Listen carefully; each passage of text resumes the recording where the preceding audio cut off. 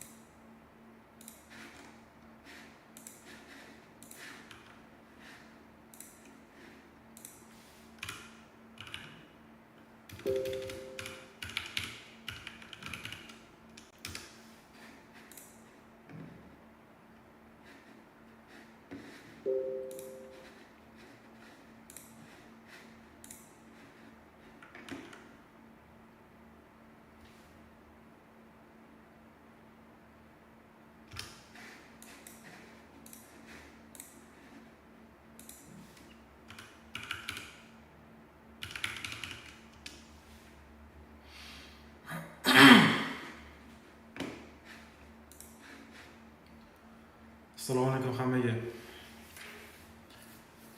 Analizdan boshlaymiz. Hozir ozgina kutamiz odamlarning qo'shilishini. Bungacha ham savollar bo'ladigan bo'lsa, bemalol berib turishlar bo'ladi. Ozgina odam qo'shilish bilan sekin live boshlaymiz.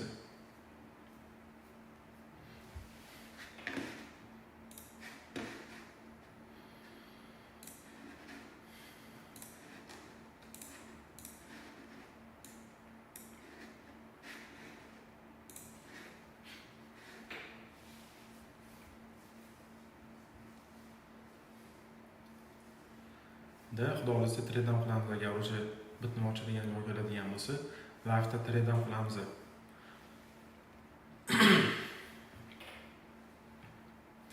Xo'p, bugun qiladigan narsamiz bozor bo'yicha tahlil qilamiz, kattaroq strukturada.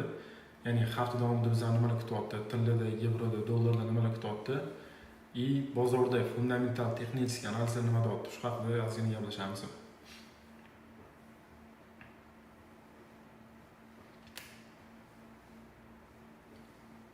Tilani ham hozir to'liq analizini ko'rib chiqamiz. Bizda fundamental analiz ham bor, texnik analiz ham bor. Hammasini ko'rib chiqamiz.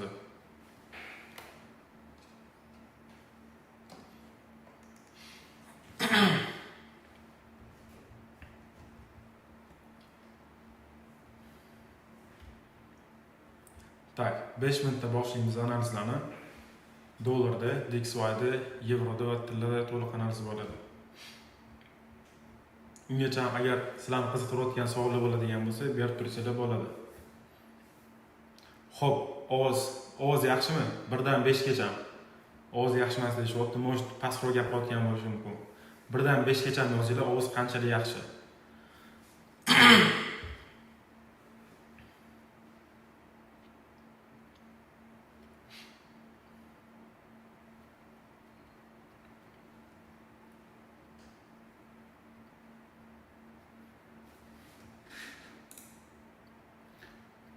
Xo'p.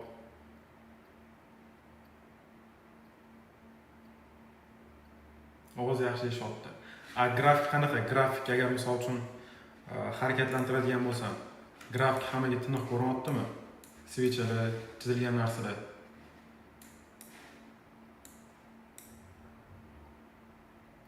Xo'p, bir xilida ovoz past deyapti, bir xilida zo'r deyapti.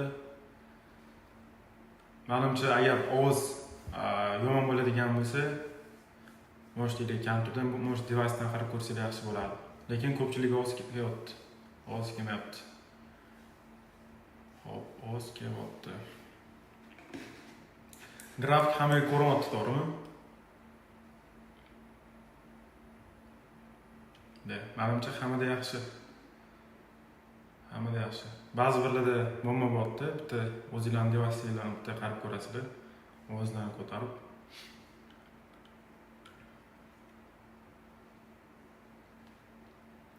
yaxshi.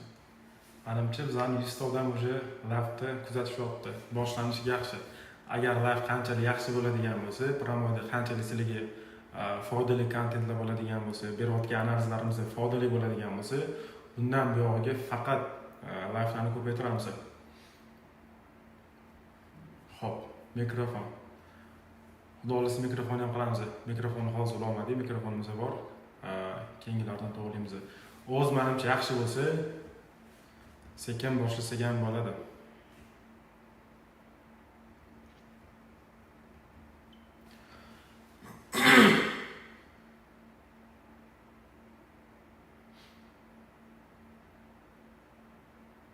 Hop, analizni boshlaymiz. Hamma chatga bir yozsin, bir raqamini qoldirsin. Sizlarning tayyorligingizga qarab biz analizdan boshlaymiz. To'liq analiz beramiz. Chatga bir yozamiz.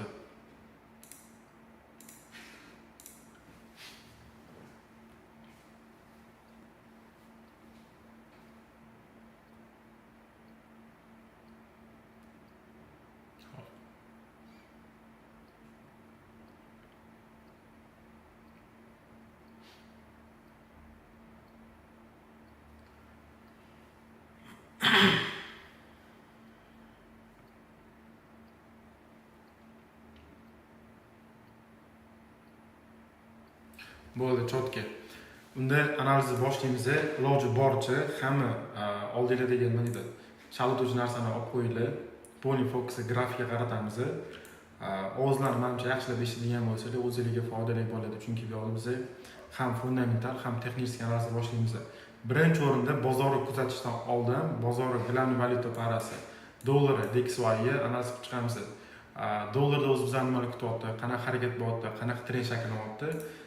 DXY o'zidan boshlaymiz. Xo'p.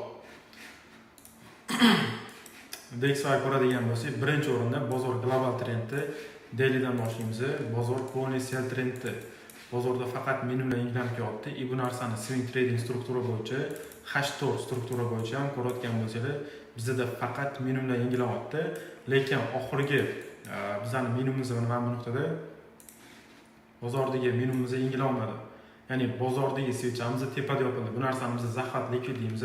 Ya'ni bozor bu yoqqa tushishdan maqsad likvid uchun bo'lgan, bozor tepaga ko'tarildi. Hozirgi struktura bo'yicha tilla seldi. Bu narsani biz fundamental ham ko'rib chiqsak bo'ladi. Fundamental o'zi dollarga nisbatan qanaqa ketyapti. Xo'p. Telegramda yengilliklarga qaraymiz. Xo'p, bizda umumiy dollarga ta'sir qiluvchi yengilliklardan bittasi bu Isroildagi havo hujumlari bo'lyapti. Ko'rayotgan bo'lsangiz, Isroil Suriya bu yoqdagi hujumlar dollarga manfiy bizga ta'sir qiladi. Bundan tashqari ko'pchilik kuzatayotgan bo'lsa kerak, hozir Los Anjelesda anaqa tartibsizliklar bo'lyapti. Bu narsa ham dollarga o'ziga yarasha yaxshigina minusga o'ynaydi. Ya'ni bozor birinchi o'rinda bizda texnik bo'yicha selda turibdi. Ikkinchi o'rinda bozorda Xo'p. Struktura bo'yicha pony sell beryapti. Ya'ni endi bu degani, agarda dollar indeksda bizda pony pastga harakatlanadigan bo'lsa, dollar qadrsizlanishi tilla yevro funtlarga nisbatan bizga buy harakatini bildiradi. Xo'p, agarda bizda hozirgi maksimum bozor sindirib qo'yadigan bo'lsa, dollar yevrolarda biz sell qilishimiz mumkin. Lekin texnik analizimiz va fundamental analizimiz dollarni qadrsizlanishini yevro, dollar, funtlarga nisbatan buy harakatini ko'rish mumkin. Endi ketma-ket yevro bilan tillani ham ko'ramiz. Xo'p. Yevroda biz nima kutamiz? Xo'p, yevroning strukturasi bo'yicha ko'ramiz. Birinchi o'rinda bozor faqat maksimumlarni yengilab buy harakatini beryapti. Oxirgi struktura bo'yicha bizda ham xuddi shunaqa narsa bor. Bu yoqda ham zaxvatlik bozor ko'rayotgan bo'lsanglar, faqat maksimum nuqtalarni yengilayotdi, lekin oxirgi maksimumimizda swing struktura bo'yicha bizda bozor maksimum yengilolmadi. Bu zaxvat likvid bo'ldi. Endi zaxvat likvidimiz bizga bozorda atkat nuqtamizni berdi, lekin premium diskount bo'yicha qaraydigan bo'lsak, oxirgi minimum, oxirgi maksimumga qaraydigan bo'lsak, yevroda FIBA bo'yicha golden zona va discount zonadan bozor bayga harakatda beryapti. Strukturamiz bayda bo'lgani uchun keyingi harakatda ham biz polni yevro yuzida bayga kuchli bo'ladi. Entry keladigan bo'lsa, yevroda entry qilish uchun optimal variantlar hozircha bizning order bloklarimizda. Xo'p.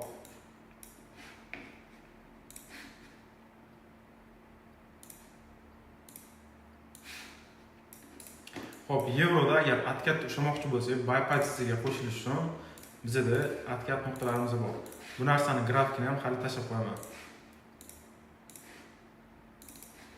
Hozirgi narxi o'zimizda bayga olishimiz ozgina xavfli bo'ladi yevro uchun, chunki bu premium narxda ozgina bozor atkat qilib berishini va arzonroq narxda bayga qo'shilishni maslahat beraman. Xo'p, hammani qiziqtirayotgan tilla bo'yicha analiz ko'ramiz. Xo'p, grafik hamma yaxshi ko'ryaptimi? Chatga bir post tashlaymiz. Grafik yaxshi ko'rayotgan bo'lsa, ovoz yaxshi ko'rayotgan bo'lsa, tillarni analizini boshlaymiz.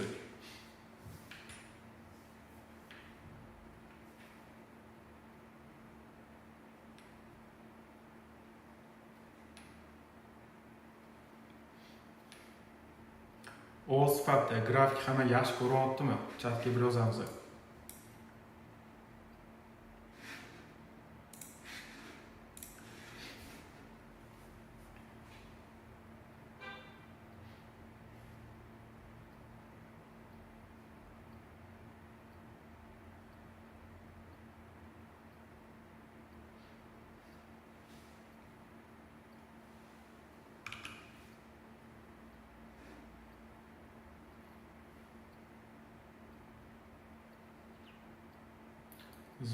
Zo'r. Hamma yaxshi bo'ladigan bo'lsa, tillar analizni davom ettiramiz unda.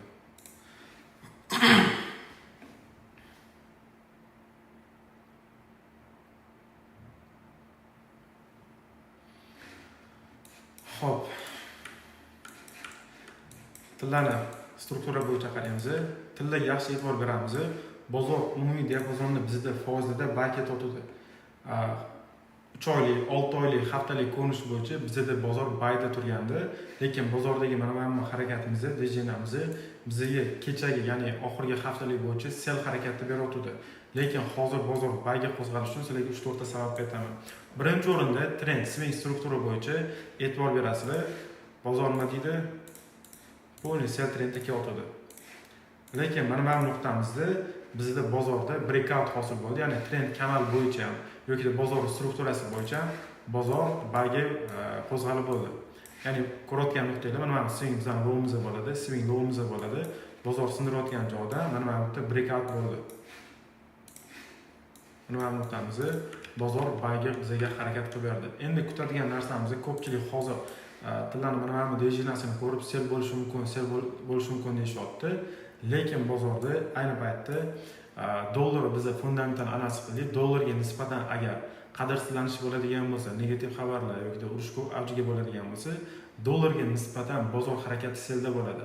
Dollar qadrsizlanishi bizda yevrolar uchun, funtlar uchun va tillar uchun ayniqsa bay harakatini bildiradi. Agar urushimizda misol uchun avjiga oladigan bo'lsa, tillarning zaxirasi ham efirdan kuchaytiriladi va bizda hedge fondlarimiz tillarning zaxirasiga ko'proq urg'u beradi. Bu degani bizda yana bir marta new high ko'rishimiz mumkin bo'ladi. Xo'p, tillarni hozirgi diapazon bo'yicha qanaqa fikrdamiz? Xo'p. Tillarda oxirgi minimumimiz, maksimumimiz ko'rayotgan bo'lsanglar, bizda maksimum nuqtamiz yangilangan va bozor hozir mana Fiboni ko'rayotgan bo'lsanglar, maksimum minimumga tortilgan. Bozor golden zonada turibdi. 0.38, 0.23 bizning golden zonamizda.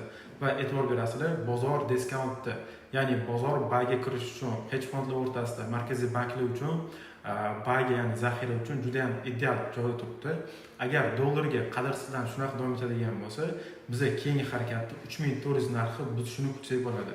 Ya'ni bozorning keyingi harakatimiz bayga bo'ladi. Ya'ni maksimum nuqtamiz bo'ladi.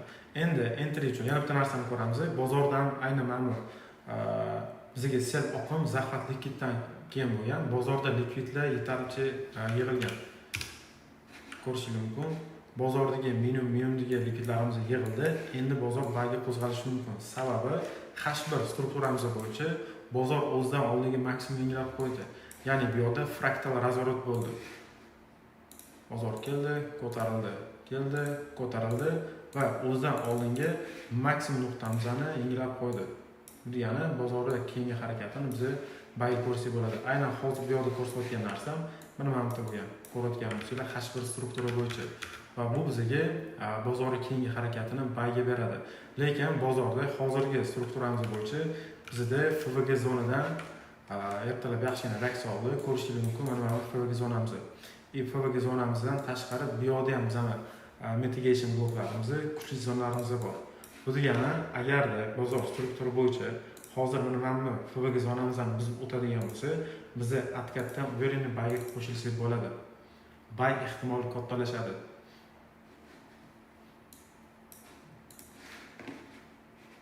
Lekin agar bozorda hozir strukturamiz FVG dan pastga mana minimum yangilab qo'yadigan bo'lsa, bizda undan keyin kutib oladigan zonamiz mana zona bo'ladi. Ko'rishingiz mumkin 3269, 3257 da bizda kuchli zonamiz bor. Bozorni qayta bayga qo'zg'atish uchun. Xo'p, tillada bay uchun ikkita vaziyat, bu hozirgi vaziyat bo'ladi. Ya'ni bozor diskount zonadan yaxshigina raks olgan yoki agar minimum buzib qo'yadigan bo'lsa ham bizda 3269, 3257 aktual bay zonasi hisoblanadi.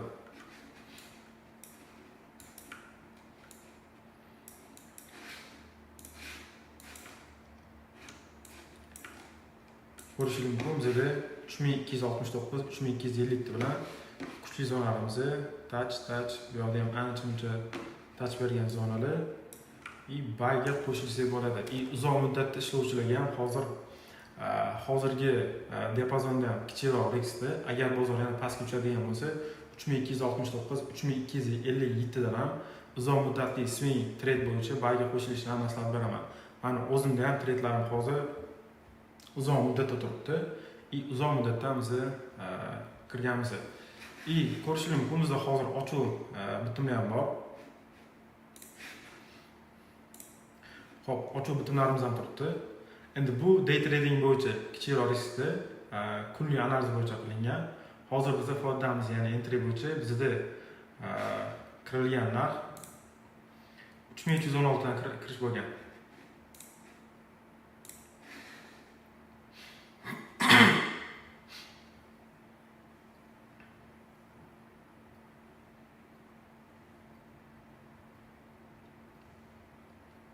Xo'p, analiz hammaga tushunarli bo'lyaptimi?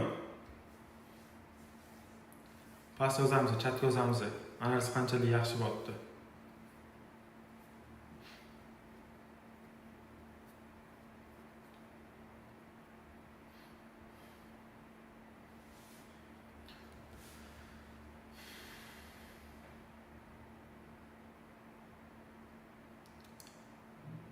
Xo'p, Akrom Egamberdiyev analiz bo'yicha aytibdilar. Stop loss entry zona berasizmi? Qarayman, o'zi Telegramda analiz tashlayotganda ham ko'proq fokusi tushunishlarga qaradaman. Ya'ni bu yerda bizda tayyor signal bo'lmaydi. Ya'ni faqat signalga o'rganib qoladigan bo'lsanglar, o'sish bo'lmaydi. Lutchi biza fokusi analizga beramiz, tushuntirib beramiz. Nimaga analiz qilyapti, nima uchun buy kiramiz, nima uchun selga bo'lyapti, e'tibor berayotgan bo'lsanglar, fundamental tahlil ham qo'shib beramiz. O'zimizda bozorda qanaqa analiz, qanaqa bitim ko'rayotgan bo'lsak, o'sha bo'yicha sizlarga bu bilim sifatida berilayotgan narsa. Agar bizni signal beradigan bo'lsa, signal berish ham qiyin emas. O'zimizni entry zonamizni tashlash ham qiyin emas. Lekin bu yerda sizlar faqat signalga o'rganib qolasizlar. Lutchi xudo xohlasa mana shu livelarda keyin Telegram gruppada aktiv bo'ladigan bo'lsanglar, fokus analizga beradigan bo'lsanglar, biz o'zimizning bilimlarni, o'zimizning bozorga bo'lgan qarashlarimizni, strategiyamizni ochiq oydin aytamiz. Bozorda nima ko'rayotgan bo'lsak, hammasini sekinlik bilan tushuntirib, o'zingizlar o'sha signalni kira oladigan, o'zingizlar bozorda mustaqil trade qila oladigan darajada olib chiqishga harakat qilamiz. Bizning live trade'larimizning maqsadi ham shu. Faqatgina signalga o'rgatib qo'yish emasdi, o'sha treyderlarni, bizani kuzatayotgan odamlarni optini oshirish, bilim jihatdan.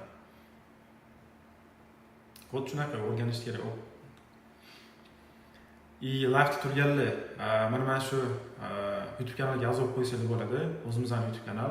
bu yoqda faqat live trade signallar bo'lmaydi, foydali kontentlar, bilimli strategiyalar ham xudo xolasa video formatda joylab boramiz. O'shaning uchun YouTube ga obuna bo'lib qo'yinglar. Savollar bo'ladigan bo'lsa beringlar. Savollarga javob berib o'tib ketamiz.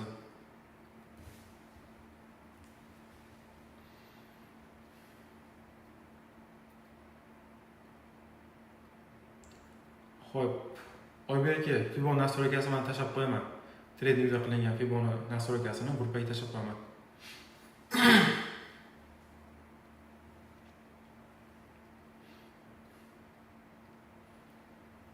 Xo'p.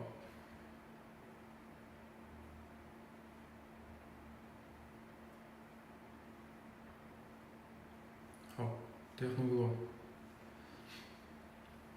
$12 ozgina kam qiladi bozor o'rtacha harakati ham misol uchun shotingiz yo'q bo'lishi mumkin. Depozit bo'yicha ko'pchilik savol beradi. Depozit qanaqa bo'lishi kerak o'rtacha? Depozitni agar sizlar boshlang'ich trade bo'ladigan bo'lsangiz, o'qib olmoqchi bo'ladigan bo'lsangiz, birinchi depozit qilmaylarda, fokusni profshotga beringlar. Profshotda chunki odamning psixologiyasi zo'r rivojlanadi, risk management bo'yicha bozorda o'zi o'sish paydo bo'ladi. Keyin sizlar depozit keyin real balansga o'tsanglar bo'ladi. Hozir agar balansilik kichkina bo'ladigan bo'lsa, masalan, Texnoglob $12 bo'ladigan bo'lsa, $30 ga 5 milliy shot beradi fond indeksdan. Ishonchli prop kompaniya yo'ldan ekzamen o'tadigan bo'lsangiz, $30 evaziga siz 5 milliy depozit boshqarishingiz mumkin bo'ladi. Shuni maslahat beraman.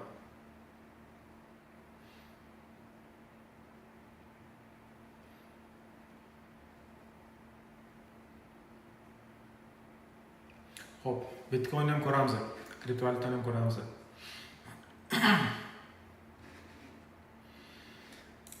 Xo'p.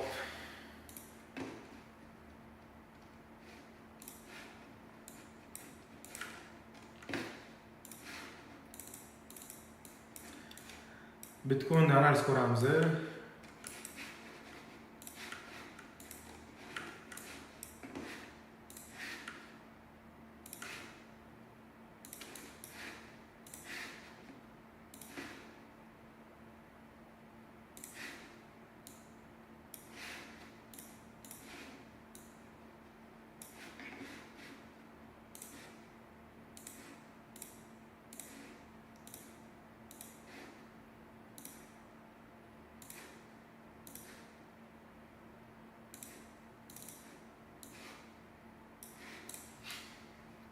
Xo'p, Bitcoin analiz qilamiz, fokus qaratamiz. Ko'rishingiz mumkin, bozorda mana bu sell trend shakllangan, lekin mana bu bizda breakout holati bo'ldi, ya'ni bozorda swing high'imiz yangilandi. Bu degani bozorga choch strukturasini berdi, ya'ni bozor buyga qo'zg'algan nuqta mana shu bo'ladi. Endi bozor e'tibor beramiz, bozorda maksimumda yangilanib kelyapti. Xo'p, bizda oxirgi struktura bo'yicha swing low-imizda joylashgan bo'lyapti.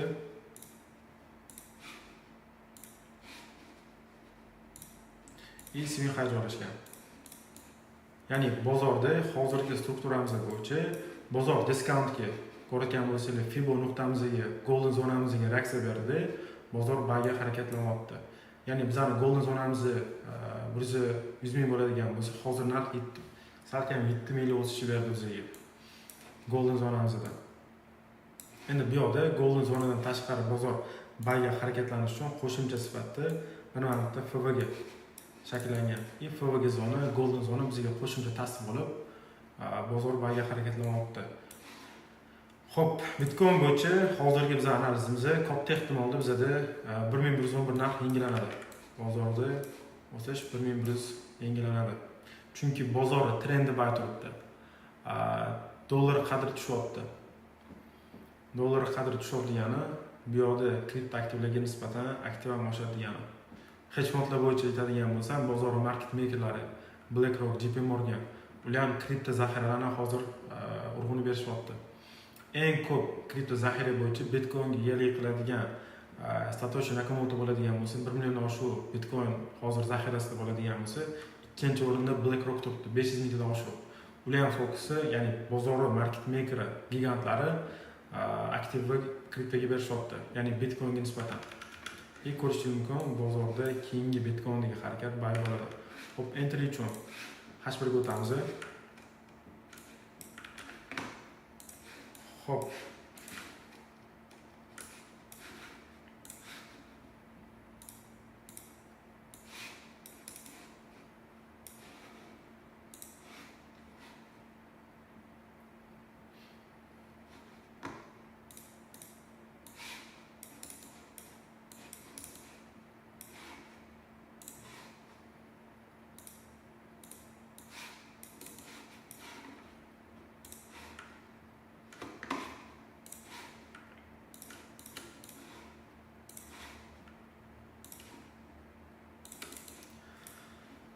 Xo'p, Bitcoin hozir aktiv bakib turibdi bizani.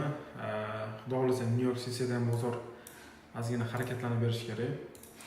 New York City'da mana xudo xolasa hozir bizda London sessiya davom etyapti.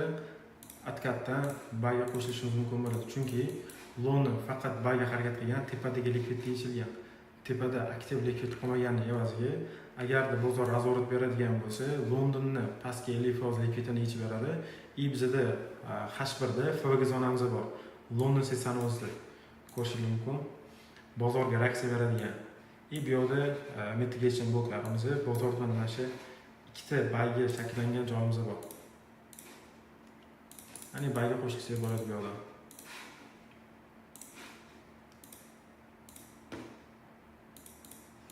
Bitcoinda asosan day trade'da maslahat bermayman. Bitcoinda portfolio yaratish maqsadida, misol uchun memcoin, altcoin oladigan bo'lsangiz, Bitcoinga qarab turib bozor strukturasini bilib turib, keyinchalik portfolio jihatdan qilib qo'ysangiz bo'ladi. Lekin hozir Bitcoin o'zida ham buy olish maslahat bermayman, chunki yuradigan yurib bo'ldi. O'sha yurib ketgan poyezd. O'shaning uchun altcoinlarga agarda kimnidir misol uchun kripto valyutalar bilan misol uchun portfolio yig'moqchi bo'ladigan bo'lsa, fokusi altcoinlarga beriladi, Bitcoinga emas.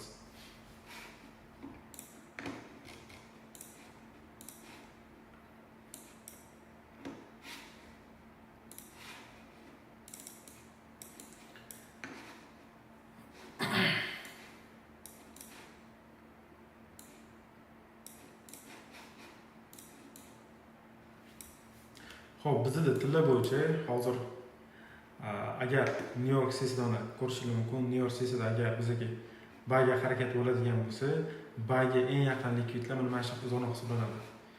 Ya'ni 3400. Agar bugun bozori hatto qanaqadir bayga harakatini ko'radigan bo'lsa, birinchi bizani kutayotgan zona 3400 bo'lyapti. 3400 gacha bemalol o'xshab tursa bo'ladi.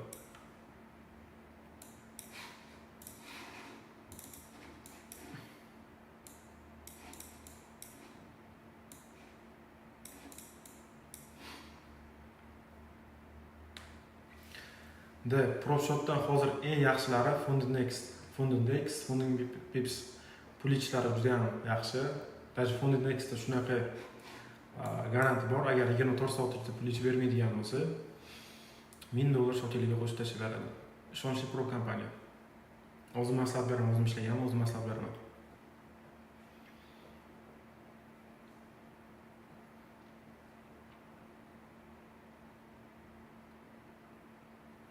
Savollar bormi yana?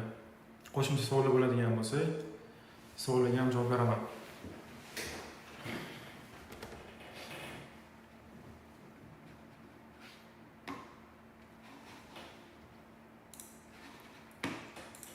Davay, chatda savol qilamiz ozgina.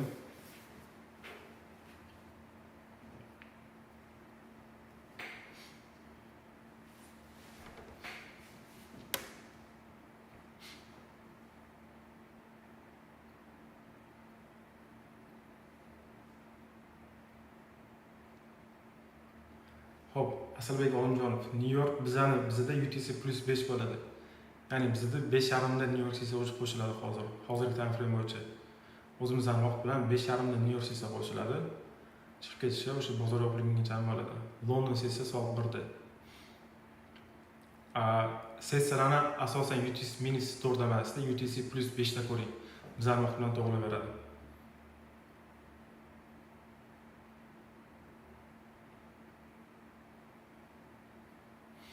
Xo'p, Behzod aka, siz uchun eng zo'r strategiya qaysibdi? Ochig'ini aytaman, strategiyani zo'r bo'lmaydi. Strategiyani ishlatadigan odam hamma strategiyani ishlatib keta oladi. Bir xil aytish mumkin, ICT ishlamaydi, smart money ishlamaydi, klassik ishlamaydi. Yo'q, unaqa narsa yo'q. Ishlatishni bilgan odam, opiti bor odam ICTni ham yaxshi ishlatyapti, smart moneyni ham yaxshi ishlatyapti. Kerak bo'lsa klassikni ham yaxshi ishlatyapti. Mani o'zim uchun bitta strategiya qo'yganman. U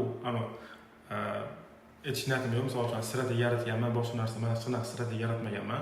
Shunchaki prosta o'sha bozordagi opitim bo'yicha boshida smart money bo'yicha boshlaganman, ICTni o'rganganman, klassik o'rganganman. O'shalar bo'yicha eng yaxshi bo'lgan instrumentlarni o'zim qo'shib o'zim uchun bitta strategiya qo'yganman. Eng zo'ri shu. Kimnidir misol uchun strategiyasi bilan ishlamasdi, o'zinglar uchun, o'zinglarning opitinglar, o'zinglarning misol uchun bozorga qarashinglar bilan bitta o'zingiz uchun strategiya qilib olish.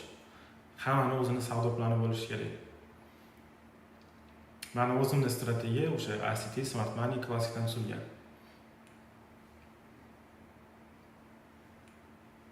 Xo'p, order bloklar bo'yicha bitta darslik chiqaramiz. Xudo xolasa.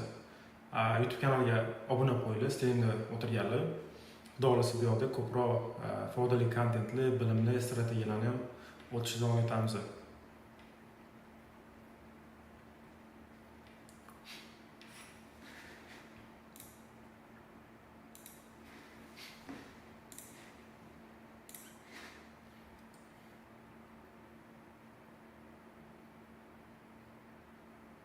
Xo'p, bookmap bo'yicha zo'r savol kelibdi.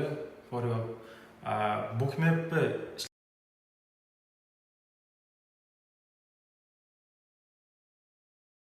hozir bir minut. Tak, bookmap bilan analiz qiladiganlar, bookmapga e'tibor qaratadiganlarga bitta maslahatim bor. Bookmapni o'zi 100% to'g'ri likvidni ko'rsatmaydi. Bookmap 100% ishonchli sayt emas. Sababini aytaman, kimdir negativ bildirishi mumkin, kimdir misol uchun imенно bookmap o'zidan qanaqadir kurs sotayotgan bo'lishi mumkin. Bookmap o'zida faqat o'zi bilan shartnoma qilingan brokerlarning likvidini ko'rsatadi. Bu nima degani? Bookmap kiradigan bo'lsangiz, u yoqda misol uchun 10 lot kirdi, 100 lot kirdi, 200 lot kirdi, shunaqa narsalar ko'rsatadi, stakan sanadi. U 100 lot qayerdan keladi? Masalan, aytaylik, bookmap shartnoma qilgan bir 20 ta, 30 ta broker bo'ladigan bo'lsa, bittasi 1 lot, bittasi 2 lot, bittasi 3 lot bo'ladi. Imенно masalan aytaylik 3200 100 lot kirgan bo'lishi mumkin. Hamma broker o'zining shartnomasida bor bo'lgan brokerlarni lotlarini imенно qaysi narxga kirgan likvidlarni объемlarni yig'adi-da, bitta bookmap ko'rsatadi. Общий 20 ta brokerda 100 lot kirdi degan narsa ko'rsatadi. Lekin bookmapdan tashqari, bookmapning shartnomasidan tashqari qolgan 100lab, 200lab, 1000lab brokerlar bor. Ularni likvidini ko'rsata olmaydi, ularda kirayotgan ob'emlarni ko'rsata olmaydi. Chunki broker kompaniya hech qachon o'zini anaqalarini, savdogarlarni, treyderlarni ob'emini tekindan-tekin informatsiya chiqazmaydi. Xo'p, bookmap 100% to'g'ri ishlaydi deganlar, bu xato narsa, ochig'ini aytaman. Chunki bookmapda faqat o'zi bilan shartnomasi bo'lgan brokerlar o'shalardan olgan informatsiyasi bo'yicha qanchadir likvid kirdi deb ko'rsatadi, lekin to'liq ko'rsatmaydi. Bozor faqat brokerlar bilan yurmaydi. Retail traderlarning savdosi hech narsaga teng emas. Bozorda market makerlar, hedge fondlar, markaziy banklar, institutional traderlar boshqaradi.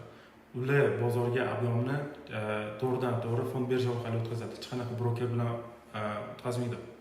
Masalan, hedge fond BlackRock o'zida 13 trillion, 14 trillion dollardan ortiq pul bor. Kerak bo'lsa qanaqadir 100 milliardni olib kiradigan bo'lsa ham bozorga broker bunaqa summani ko'tara olmaydi. O'shaning uchun ular market maker hisoblanadi.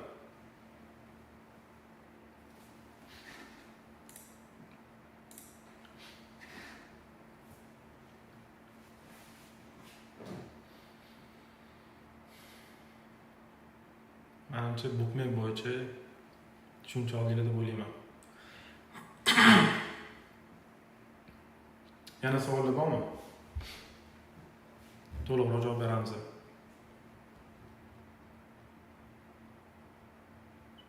Xo'p, Ziyo Trade'da ishlash bilan hech qanaqa negativ bildirmayman. Ishlashi zo'r, o'ziga yarasha opiti, o'ziga yarasha bilim bor, yaxshi bolalar. Men o'zim ham kuzataman. Ziyo Trade bookmapda ishlatadi, lekin bu yoqda faqat bookmap emas. Bookmap o'zi bilan hech kim ishlamaydi. Xohlasa Ziyo Trade'da o'ziga ham savol bering. Bookmap qanaqa ishlaydi? Bookmapga kiradigan ob'yomlar bilan o'zi bilan trade qilsa bo'ladimi degan narsalarni berib ko'ring. Bookmapni o'zi bilan hech qachon savdo qilmaydi. Bookmapda tasdiq bizga. Aytaylik, masalan, bozorga qaraymiz, trendni olamiz, Fibonacci olamiz, bozor strukturasini qaraymiz, bloklar, order blok, order flowlar, FVG, golden zona hammasi bizga qo'shimcha tasdiq bo'ladi. Ya'ni bitta biza buy kirishimiz uchun, sellga kirishimiz uchun bizga kamida 6-7 ta tasdiq kerak bo'ladi. Bookmap o'sha tasdiqlardan bitta tasdiq bo'ladi. Bookmap o'zi qanaqadir 100% sizga analiz bermaydi. Qo'shimcha instrument sifatida ishlatsangiz bo'ladi.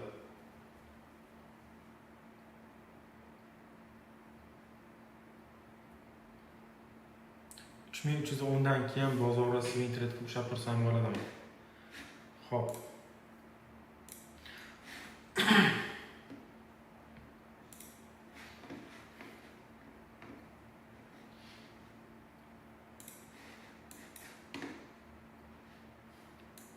Maslahat beradim, agar swing trading qilmoqchi bo'ladigan bo'lsanglar, mana FVG zonamizni buzilishini kutsanglar bo'ladi. Xo'p, 3344, 3350 dan keyin ushlab tursangiz bo'ladi swing trading bo'yicha. 3500 gacha ushlab tursangiz bo'ladi. Agar swing trading qilmoqchi bo'lsanglar, hali vaqtli. Hozir faqat day trading uchun yaxshi.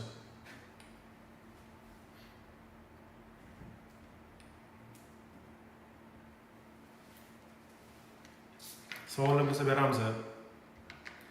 Kanalga obuna bo'lib qo'yamiz.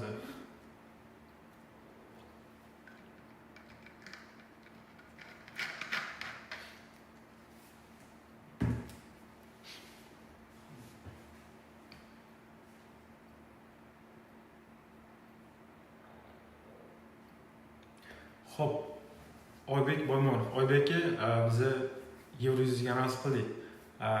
Live trade'da ozgina orqaga o'tkazadigan bo'lsangiz, analiz qilib berganman. Evroni ham, tillarni ham, DXY ham. Bu videoni saqlanib qo'yaman. Xudo xolasa, qo'shimcha sifatida agar kech kirganlar bo'ladigan bo'lsa, bemalol boshdan kirsanglar bo'ladi. Xo'p, Abdurahmon aka, savolingizni qaytara olasizmi? Xo'p, ob'yomni tushuntiring. Bo'ldi, ob'yom bo'yicha, ob'yom endi men sizga hozir tushuntiradigan bo'lsam, bu kichkina yozma, sochini aytaman. Ob'yom bo'yicha bitta katta darsga qilishga to'g'ri keladi. Xudo xolasa, ob'yom bo'yicha ham aniq qilamiz. Darslik chiqazamiz.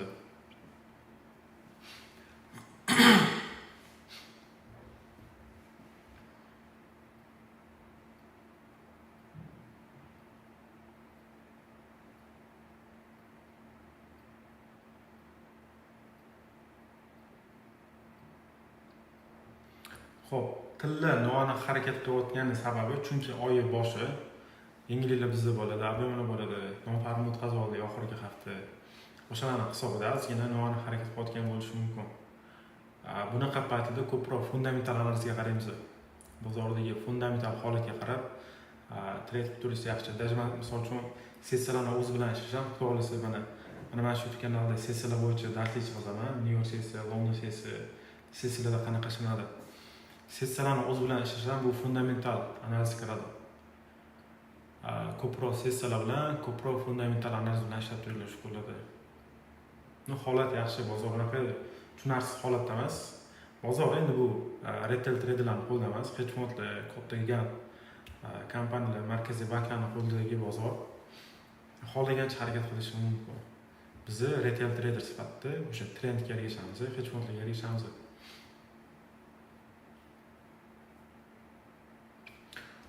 Xo'p, Mirjalol aka, Samarqanddagi filialda ikkinchi patok qachon boshlanadi? Ikkinchi patogimiz xudo xolasa mana shu yangi haftada boshlanadi. Yangi hafta oxirida bitta ochuv dars bo'ladi. Undan keyingi haftadan xudo xolasa darslarimiz boshlanadi. Agar kim bizani Samarqanddan kuzatayotgan bo'lsa, ofisimizga kelsanglar bo'ladi. Darslarimiz bo'yicha, strategiyalar bo'yicha, o'zimizning shotlar bo'yicha bemalol ma'lumot olsanglar bo'ladi.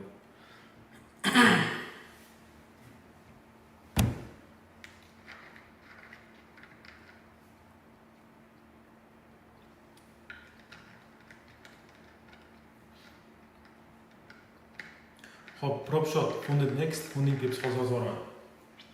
Eng yaxshi prop shotlar funded next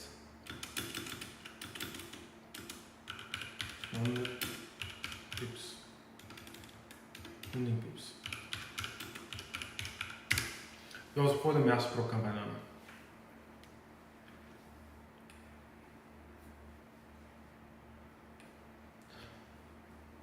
For your luxury. Xudo xohlasa streamlarni ko'paytiramiz. Sog'liq ijod qilamiz, live trade qilamiz. Xudo xohlasa bundan buyog'iga faqat aktiv o'sha aytganingizdek podpiska, reaksiyani bostiradigan bo'lsalar, bizga qo'shimcha motivatsiya bo'ladi.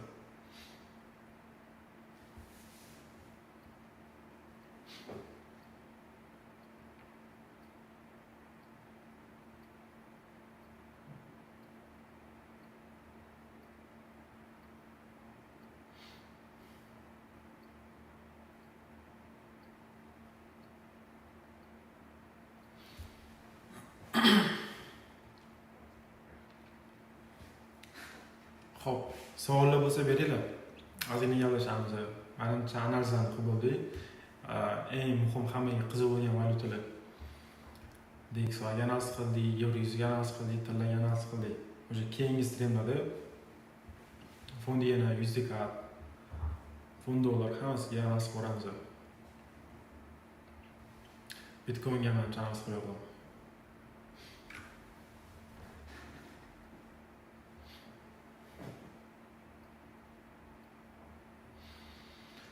Hop, trade'ga kirganimga o'zi 2021da kirganman. Lekin aktiv ishlashim, aktiv bozorda o'tirishim 3,5 yildan oshdi. Stabil natijam keladigan bo'lsa, 1,5 yil, 2 yilga yaqinlashyapti xudo xolasa. Oyma-oy stabilga chiqishi.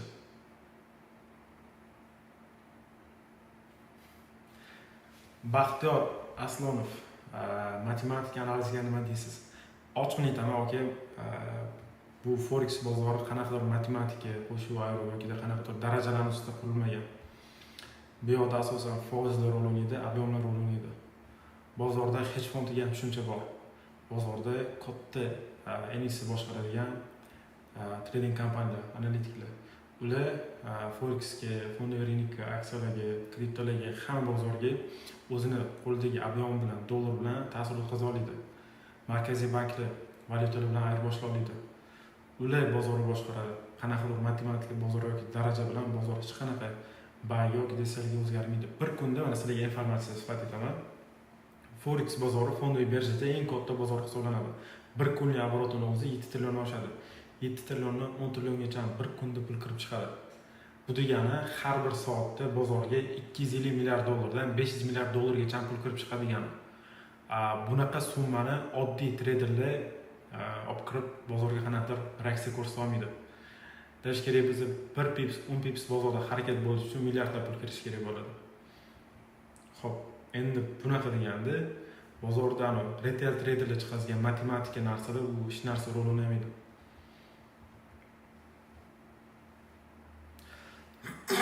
Ovoz past eshityaptimi? Ovoz qalay eshityapti? 1dan 5gacha yozinglar.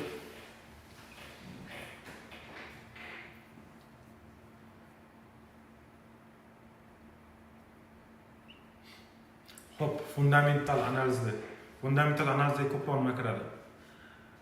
Siyosiy xabarlar, siyosiy o'zgarishlar, davlatlar o'rtasida bir-biriga qo'yayotgan bojlar,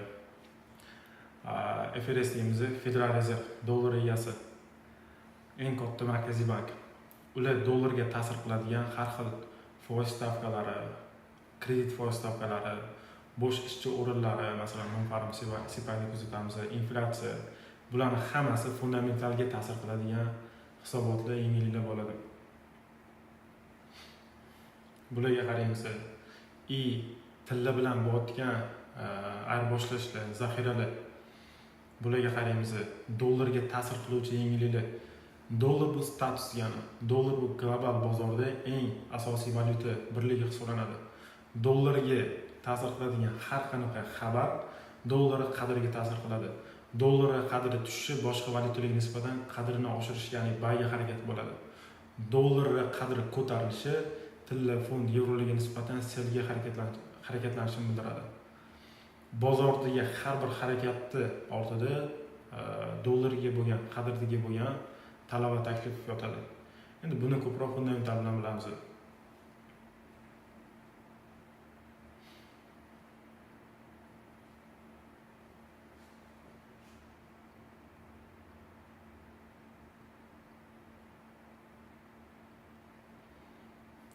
Maqsadiy markaziy bank shuncha pulni bozorga olib kirishdan maqsad ular foydani asosan undan olmaydi.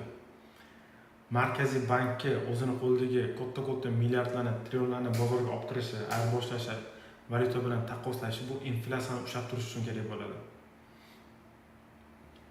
Inflyatsiya oshib ketadigan bo'lsa, dollarga talab kuchaytiradi, inflyatsiya tushib ketadigan bo'lsa, taklif olib chiqadi, shunaqa narsa. Markaziy banklar bozorga qilayotgan ta'siri bu foyda olish emas asosan. Bu inflyatsiyani ushlab turish uchun bo'ladi. O'sha Yevropa bilan Amerikada inflyatsiya miqdori 2%. 2% dan oshib ketmasligini ta'minlaydi. Agar inflyatsiya oshib ketadigan bo'lsa, pulga nisbatan qadrsizlanish paydo bo'ladi. Yevropada, masalan, aytaylik, Amerikada inflyatsiya oshib ketadigan bo'lsa, dollar o'zining statusini yo'qotishni boshlaydi.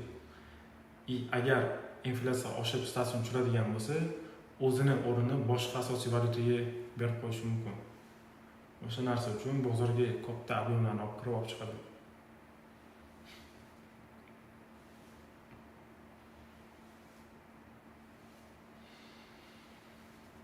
Xo'p, manipulyatsiya degani bozorda hedge fondlar, markaziy banklar bir-biriga qo'yadigan lavishkalar, bir-birini likvidni etishga bo'lgan harakatlarni biz manipulyatsiya deymiz. Manipulyatsiyani ko'pchilik noto'g'ri tushunadi. Ya'ni manipulyatsiya deganda bozor o'zidan-o'zi qanaqadir harakat bo'lishi. Bozorda bir pips ham o'zidan-o'zi harakat o'z-o'zidan paydo bo'lib qolmaydi.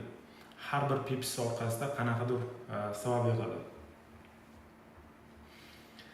Bozordagi manipulyatsiya bu har bir aktiv o'zining limiti bor. Bitcoin o'zining limiti bor, bozordagi valyutalarning o'zining limiti bor. O'shalarga nisbatan katta hedge fondlar foyda olish maqsadida bir-biriga lavishka qo'yadi, bir-birini likvidini ichadi, arzonroq tushiradi, qanaqa bir aktivni, ya'ni ko'taradi, shunaqa narsalar bo'ladi. Xo'p, bozor hozircha xohlagancha harakat qilyapti. Xolis plusga, xolis minusga. Biz endi asosan uzoq muddatda ishlaymiz. Xo'p, hozirgi harakatda o'sha ko'rayotgan bo'lsanglar, mana bu yerga FVG tanilyapti.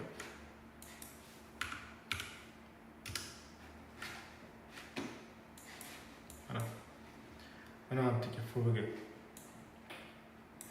Bozor tushdi, ko'tarildi, FVGni buzib o'tolmadi, FVGdan reaksiya o'tdi. Hozir agar bizda sessiya bo'yicha Azian likvidi London tarafdan ichilgan, New Yorkda agar tepaga qarab o'sib beradigan bo'lsa, nima shu FVGni buzib o'tadigan bo'lsa, o'zi bu yog'i qo'yib baydigan.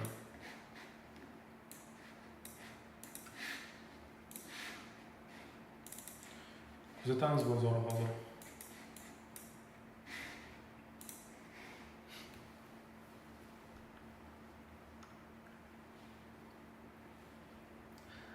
Hali kurs haqida nima deysiz? Hech narsa bilmayman. Bozorda o'ziga yarasha tajribaga ega bo'lgan odam. Katta vaqti bor. O'zini analiz qilish qobiliyati bor. Trading bo'yicha baribir O'zbekistonning birinchilardan kirgan. Hech qanaqa negativ fikr bildirmayman. Hammani o'zini ishlash prinsipi bor, qonun qoidasi bor.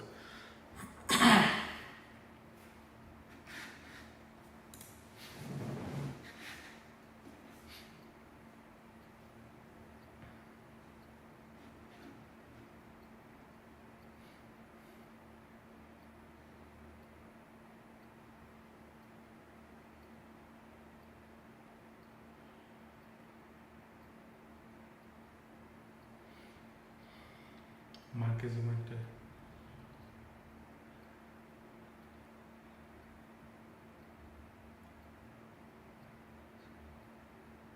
Xo'p, Smart Money asosiy nimada yaxshilaydi? Smart Money ochini aytaman, strukturasi juda ham zo'r. Agar Smart Money strukturasini to'g'ri ishlatadigan bo'lsangiz, swing struktura, ichki struktura, fraktal struktura, o'sha narsalarni yaxshi ishlatadigan bo'lsangiz, Smart Money kuchli strategiya hisoblanadi, ayniqsa valyuta parlarida. Tillarda zo'r ishlaydi deya olmayman. Tillarda Smart Money zo'r ishlamaydi. Ishlash uchun qo'shimcha qo'shiladigan narsalar bor. Birlashtiradigan bo'lsangiz, klassik bilan ICT bilan Smart Money birlashadigan bo'lsa-da, tillarda ham yaxshi ishlaydi. Smart Money asosan yevroda, funtda yaxshi ishlaydi. Agar kim Smart Money chuqur o'rganayotgan bo'lsa, konsepsiya juda ham chuqur, konsepsiya juda ham katta. Smart Money bo'yicha asosan valyuta parida ishlaganda yaxshi.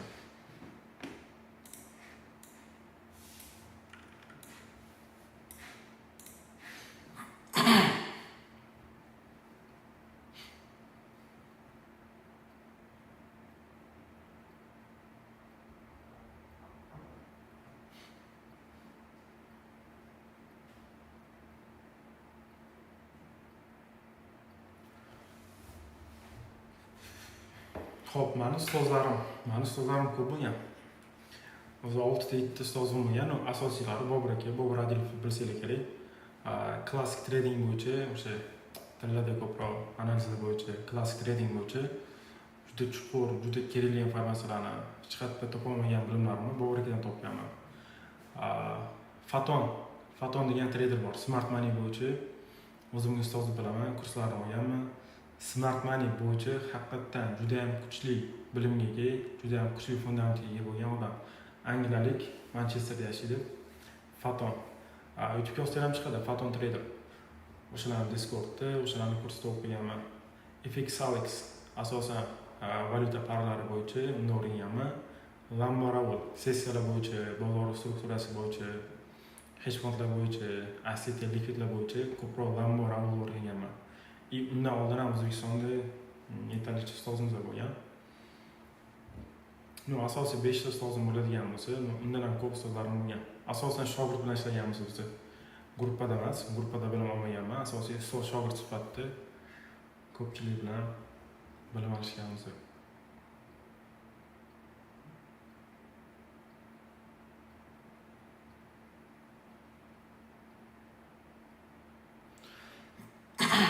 Prop shotlar. Endi prop shotlarning aksariyat qismi piramidaga asoslangan. Ya'ni sizni o'sha prop shotga to'layotgan pulingizdan foyda qilishadi. Lekin ishonchli prop kompaniyalar bor. Endi O'zbekistonda ishlamaydigan, o'zim uchun eng zo'ri FTMO bilsanglar kerak, O'zbekistonda ishlamaydi. Lekin chetda ishlaydi. Agar chetda fuqarolik bo'ladigan bo'lsa, hosil bo'ladi. Undan keyingi o'rinda to'piy o'rinda turadigan Funded Next, Funding Pips, Funded FX. Mana shu proplarda ishlasanglar bo'ladi. Eng ishonchlilari. Endi men eng ishonchli deyishimga sabab o'zim ishlaganman, o'zim pul ichib ko'rganman, o'shaning uchun aytaman. Ya'ni kimdirlar bo'lishi mumkin, misol uchun boshqa profshotlarda ishlagan bo'lishi mumkin. Pul ichib ko'rgan bo'lishi mumkin. Ularning ham o'ziga yarasha fikri bor.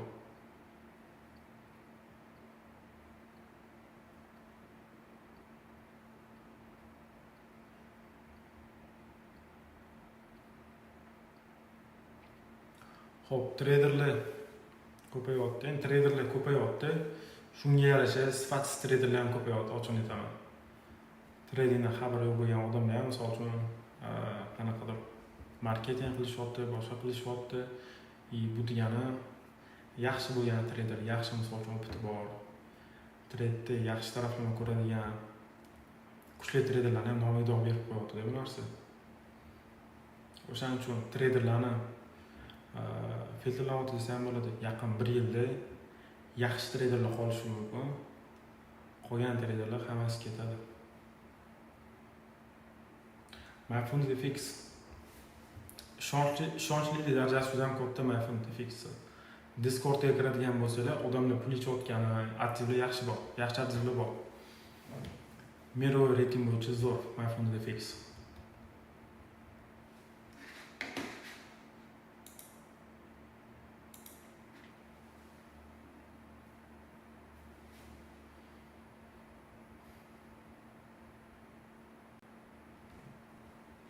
Yoshim 25 ta. Ko'pchilik yoshimga qiziqadi, yoshroq ko'rinaman, yoshim 25 ta.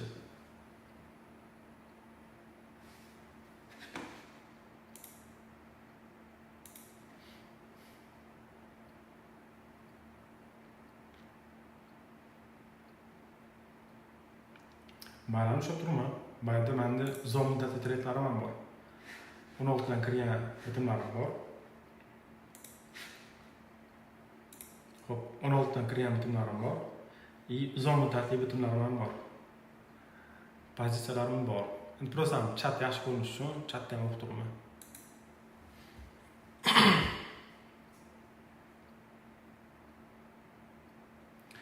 Full marji. Maslahat bermoqchi edim. Katta riskda ishlashni, bozorda kazino qilishni maslahat bermayman. Iloji boricha stabil trading tarafdoriman. Shu narsani o'zimizning shogirdlarga, o'zimizning komandaga o'rgatyapmiz.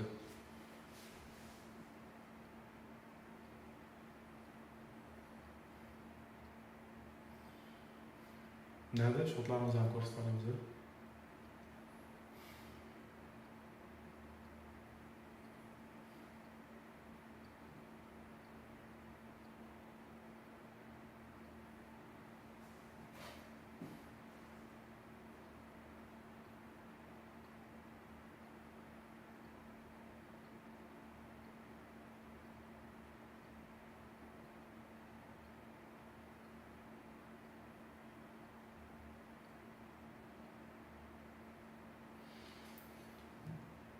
Xo'p, Tesla bo'yicha zo'r savol kelibdi. Tesla yana buy ketishi mumkinmi?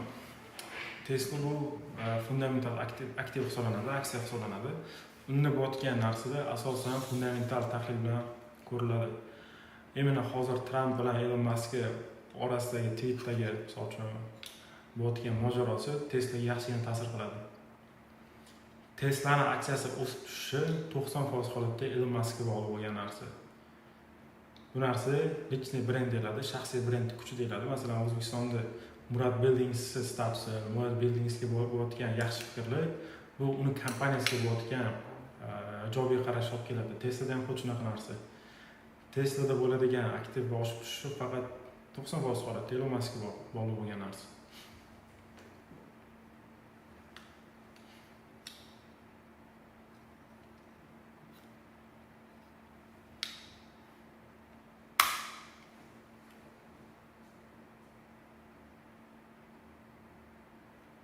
Xo'p, Iskandar aka, depozitga nisbatan necha foiz risk qilasiz? Biz zo'r narsa ko'rsam, agar aktiv bo'ladigan bo'lsa-da.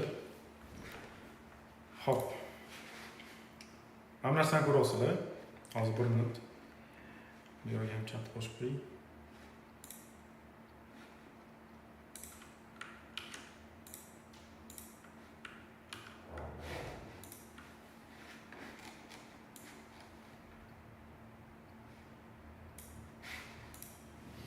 Hamma ko'ryaptimi grafikni?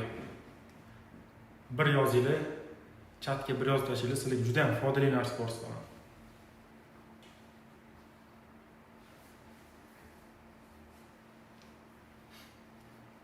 Chatga bir yozinglar, zo'r foydali informatsiya beraman hammaga.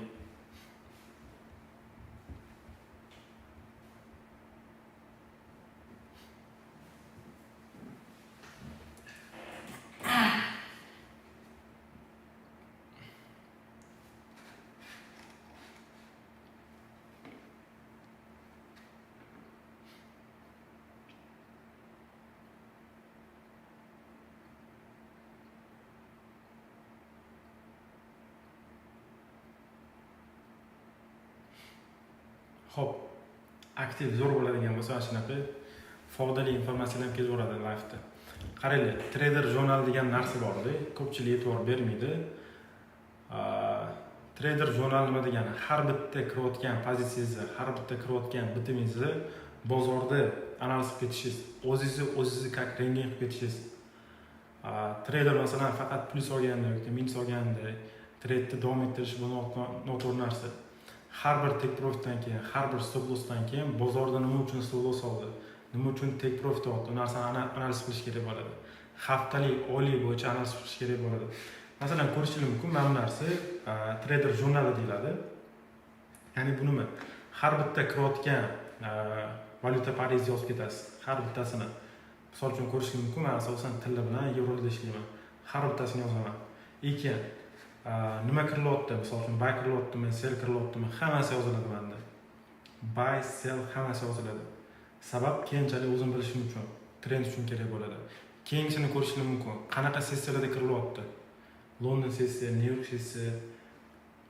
Bitta sessiya, yaxshi sessiyani o'zingiz uchun tanlab olasizlar. O'sha sessiyada o'zingizning strategiyalarni bekitib ketaverasizlar. O'shanda sizlarda progress bo'ladi.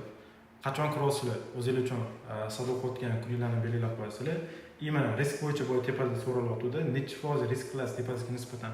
Ko'rishingiz mumkin. O'rtacha 0.5%, ya'ni depozitga nisbatan 0.5% risk qilaman. Bo'lmasa ozgina tasqim ko'proq bo'ladigan bo'lsa 1% qilaman. Agar o'zimga juda ham uverен bo'ladigan bo'lsam, ko'proq tasqim bo'ladigan bo'lsa 2% gacha risk qilishim mumkin depozitga nisbatan. Ya'ni bu stop loss'ga risk olib qo'ygan summa bo'ladi. Ko'rayotgan bo'lsanglar. Necha foiz har bittasini yozib boraman.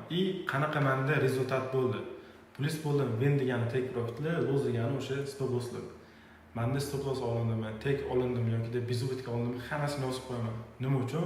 Keyinchalik o'sha o'zimni bitimimni analiz qilishim uchun. Bu yerda ko'rayotgan bo'lsa, mana loss degani stop loss o'rni. Aynan o'sha mana bitimim nimaga stop loss oldi? Men nimaga qarshi chiqdim, qanaqa trendga qarshi chiqdim yoki qanaqa strategiya bo'yicha xato qildimki yoki nimani ko'zdan qochirdimki bozorda stop loss oldim. Bu narsani o'rganib chiqaman. O'zingiz o'sha xatolarni o'rganib bozorda xatolaringizni kamaytirasiz. O'shanda sizda progress paydo bo'ladi. Bu narsani o'zimizdan o'quvchilarga ham ko'p aytaman. Tizimli savdo bo'yicha, tartibli savdo bo'yicha. Agar siz bozorga kirib faqat buy sell yuraveradigan bo'lsangiz, umuman stabillikka erisha olmaysiz. Stabillikka qachon erishiladi? O'zingiz savdoyingizni tizimlashtirganingizdan keyin. Ya'ni har bitta bitingizni kontrol qilganingizdan keyin stabillikka erishasiz. O'shanda sizda psixologiya bo'yicha muammo bo'lmaydi. Kecha psixologiya bo'yicha bitta savol berishdi. Kecha ham qilganimizda. Psixologiya bo'yicha muammo bo'lmasligi uchun siz hamma narsani kontrol qilishingiz kerak. Necha lot bilan kiryapsiz, qancha zararga tayyor bo'lib kiryapsiz, depozitingizdan necha foiz risk olib qo'yasiz. Bu narsaga tayyor bo'lib kiradigan bo'lsangiz, sizda psixologiya bo'yicha muammo bo'lmaydi, savdolaringizga ta'sir qilmaydi bu narsa. Mana shu narsani tizimli savdo deyiladi. Hop, Forever Luxury. Pastda mana vaqtda ko'rayotgan bo'lsangiz, Akramovich Trader o'zimning Instagramim. O'sha Instagram kiradigan bo'lsangiz, imni lotlarni hisob-kitob qilish bo'yicha, risk management bo'yicha post qo'yganman. Reels qo'yganman. O'shanda bor. Lotlarni eng oson, juda ham tez sekundda hisoblab beradigan kalkulyator bo'yicha video joylaganman. Bu narsani YouTube'ga ham qo'yaman xudo xolasa. Yoki-da keyingi vaqtda sizlarga bitta mana shu narsani dars ko'rsataman. Risk managementni qanaqa to'g'ri hisoblash bo'yicha, qanaqa lotni to'g'ri hisoblash bo'yicha.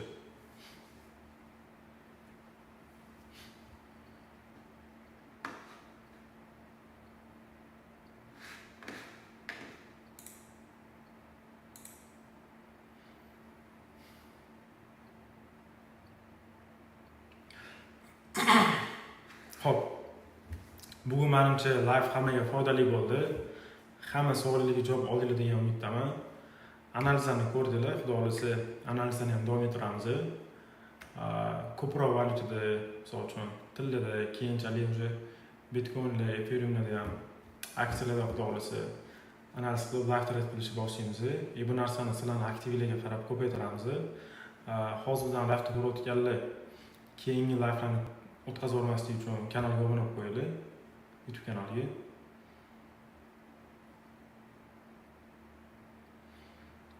Xo'p, agar hamma savollarga javob olgan bo'lsanglar, live tugatamiz.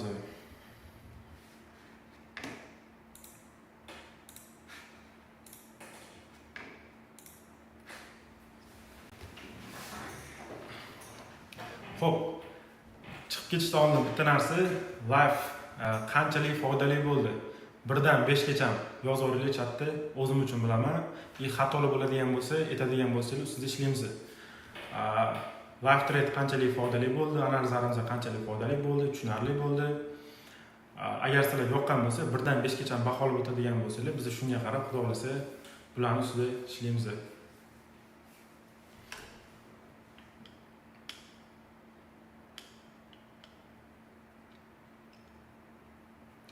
Chatda yozamiz, live qanchalik foydali bo'ldi.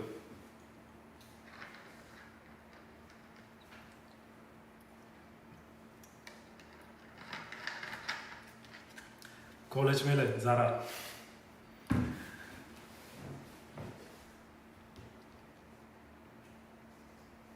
Xursandman, ko'pchilik yoqdi. Xudo xohlasa trendlarni ustida ham, lavhalarni ustida ham по-любому ishlaymiz. Bundan yaxshiroq, bundan tushunarli qilib trendlarni davom ettiramiz. Endi birinchisi ozgina hayajon bo'lishi mumkin, ozgina kamchilik bo'lgan bo'lishi mumkin. To'g'ri tushunasizlar. Baribir ham kamerani oldida o'tirib ko'pchilik kuzatyapti, ozgina hayajon bo'ladi. Keyinchalik bu narsani ustida ishlaymiz.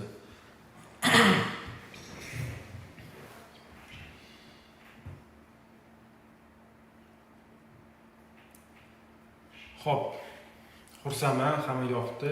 Xudo xohlasa keyingi haftada ko'rishamiz.